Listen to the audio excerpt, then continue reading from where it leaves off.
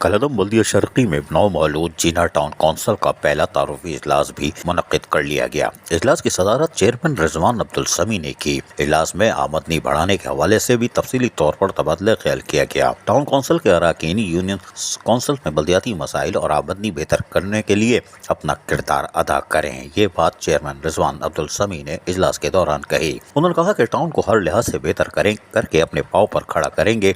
Heavy dumper की रात 11 से सुबह 6 बजे तक आमद रफ्त को मुतल्लिका महकमों की मदद से यकीनी बनाया जाएगा। रिजवान अब्दुल समी ने मजीद इजलास की जहाँ सदारत की, वहीं इस मौके पर town vice chairman Hamid Khan समेत टाउन कौंसिल के अरकान भरपूर तादाद में मौजूद थे। इजलास में तारुफ के बाद कौंसिल के हवाले से कौंसिल अफसर हसन अली ने कौंसिल को ब्रीफिंग दी।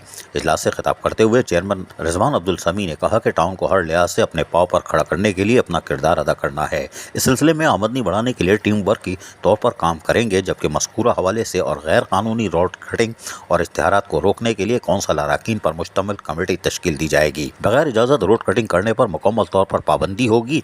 उन्होंने कहा कि हैवी व्हीकल्स की रात 11 से सुबह 6 बजे तक आमद रफ्त के अहकामात पर पाबंदी को मुतल्लिका महकमे की मदद से यकीनी बनाया जाएगा। चार्जर्ड पार्किंग के हवाले से बातचीत करते हुए उन्होंने कहा कि इस सिलसिले में बाइलास तश्कील दिए जाएंगे। उन्होंने कहा कि टाउन की बेहतरी के लिए दीगर इदारों को ऑन बोर्ड लेकर काम किए जाएंगे। अरकान कौंसिल ने इस मौके पर बताया कि दफातर, स्टाफ और फंड की अदम दस्तियाबी की वजह से इन्हें मुश्किलात का सामना है, जिस पर चेयरमैन रिजवान अब्दुल समी ने कहा कि इस सिलसिले में हुकूमत सिंध से रब्ता करके मसाइल हल करवाए जाएंगे।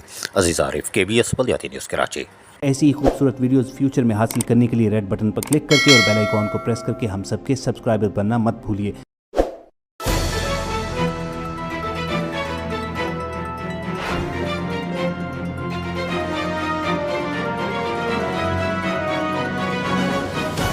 KBS बल्दियाती न्यूज़।